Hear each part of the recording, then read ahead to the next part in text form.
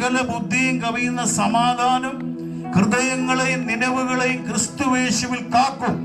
ആ സമാധാനം നിനക്ക് ഫീൽ ചെയ്യുന്നുണ്ടെങ്കിൽ, തലമുറയെ കുറിച്ച് ഭാരപ്പെടുന്ന ആരോ ഇതിന്റെ നടുവിൽ ഉണ്ടെന്ന് ദൈവത്തിന്റെ ആത്മാവ് പറയുന്നത്, നീ ഭാരപ്പെടണ്ട.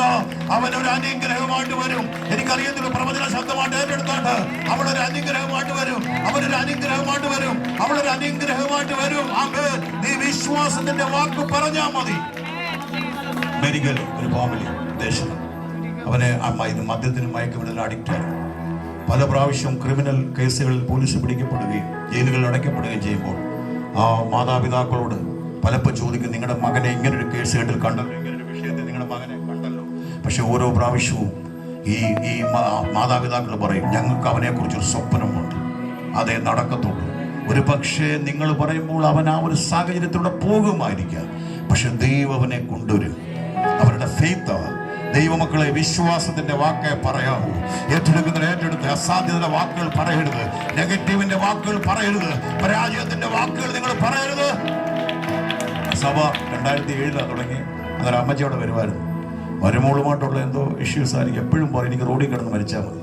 ഞങ്ങൾ പോലെ അമ്മച്ചി അങ്ങനെ പറയില്ല, എനിക്ക് റോഡിൽ കിടന്ന് മരിച്ചാൽ മതി. റോഡിൽ കിടന്നായിരിക്കും എൻ്റെ അന്ത്യം. അതുപോലൊരു ദിവസം ബൈക്ക് വന്ന് തട്ടി ഓടി വെച്ച് തന്നെ. പക്ഷേ മെഡിക്കൽ കോളേജ് കൊണ്ടുവന്നപ്പോൾ തീർന്നു പോയി. ഫോൺ ചെയ്ത് നെഗറ്റീവ് പറയില്ല.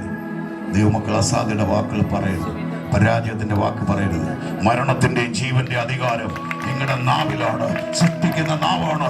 ഇന്ന് രാത്രി നീ വിളിച്ചു പറ, യെസ്, എന്റെ മുമ്പിൽ എന്റെ അസ്ഥി താഴ്വര കനമടിച്ചു പറഞ്ഞ്, എന്റെ അസ്ഥി താഴ്വര സൈന്യമാകാൻ പോവാ, ഞരമ്പ് വെക്കാൻ പോവാ, മാംസം പിടിക്കാൻ പോവാ, തൊക്കു പൊതിയാൻ പോവാ, സൈന്യമായി എഴുന്നേക്കാൻ പോവാ. വിശ്വാസത്തിന്റെ വാക്കുകൾ പറഞ്ഞാണ്ട് അത് സംഭവിക്കാൻ പോവുകയോ. വിശ്വാസത്തിന്റെ വാക്കുകൾ വിളിച്ച് പറഞ്ഞാട്ടെ, നിങ്ങളെ നോക്കി വിളിച്ച് പറഞ്ഞാട്ടെ, ഞാനൊരു അനുഗ്രഹമാണെന്ന് പറഞ്ഞാട്ടെ. അവിടെ പറയാൻ നമുക്ക് മടി. ഞാൻ എന്നും പറയും, യഹോവയുടെ ആലയത്തിൽ നടുതലേ ഞാൻ അവന്റെ പ്രാകാരങ്ങളിൽ തഴയ്ക്കും, വാർദ്ധക്യത്തിലും ഞാൻ ഫലം കായ്ക്കും. ഞാൻ പച്ച പിടിച്ചും പുഷ്ടി പിടിച്ചു. എന്നോട് ഞാൻ പറയും, മറന്നുപോയെങ്കിൽ പിറ്റേ ദിവസം പറയും. ദൈവത്തെ മാത്തപ്പെടുത്തിക്കാട്ടെ. ദൈവമക്കളെ, നാവിന്റെ അധികാരം നിങ്ങൾ മനസ്സിലാക്കണം. ഇന്ന് രാത്രി വിടുവിക്കുന്ന ദൈവത്തിന്റെ കരമുണ്ടെന്ന് എത്ര പേര് വിശ്വസിക്കുന്നു? ആ രക്ഷ ക്രിസ്തുയേശുള്ള രക്ഷ ഏറ്റെടുത്തോണം. അതിന് വേറെ ഒന്നുമല്ല. ആയിരിക്കുന്നിടത്ത്, കർത്താവേ, നീ എന്റെ പാപങ്ങൾ ക്ഷമിക്കണമേ, നിന്റെ രക്തത്താൽ എന്നെ കഴുകണമേ, നീ എന്നെ ശുദ്ധീകരിക്കണമേ, നിന്റെ പൈതലാക്കി എന്നെ മാറ്റണമേ. വേദപുസ്തകം പറയുന്ന രക്ഷ എനിക്ക് വേണം. രാജാവിന്റെ മകന്റെ കല്യാണത്തിന് എല്ലാവരെയും വിളിച്ചു, ആരും വന്നില്ല.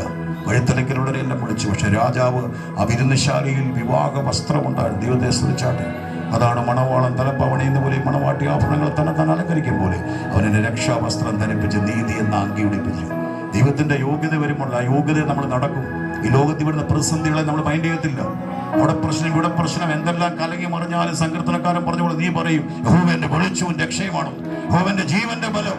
ഞാൻ ആരെ പേടിക്കും? വൈരിയും ശത്രുമായ ദുഷ്കർമ്മികൾ എന്റെ മാംസത്തിന്റെ അടുക്കാലും ഞാൻ ഇടറിപ്പോകത്തില്ല. എന്റെ നടുവിൽ നിങ്ങൾ വിളിച്ചു പറയാം, എന്റെ കർത്താവ് എനിക്ക് ശക്തനാണ്.